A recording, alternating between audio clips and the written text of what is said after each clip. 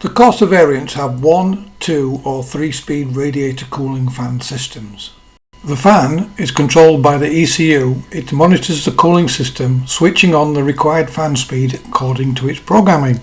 30 amp fuses number 8 and 9 protect each speed. Relays R13 and R11 make the high amp connections according to which speed is triggered by the ECU. It's important to know that the ECU will trigger the fan to come on high speed and show the service spanner warning light and remain on to protect the engine when there are certain engine faults. For example, a blown fuse 8 will cause the ECU to trigger the fan.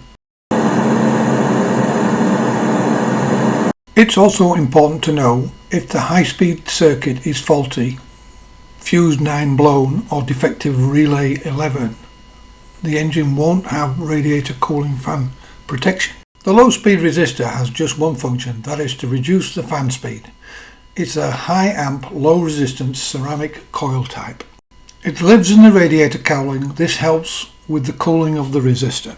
The wiring diagram is quite easy to follow, as are the red and yellow wires on the car itself at the top of the radiator.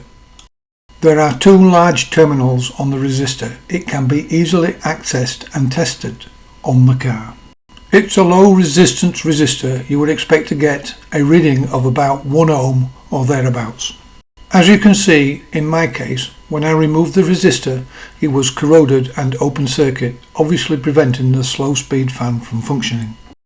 I hope you like my little video and I hope it helps you with your fault finding.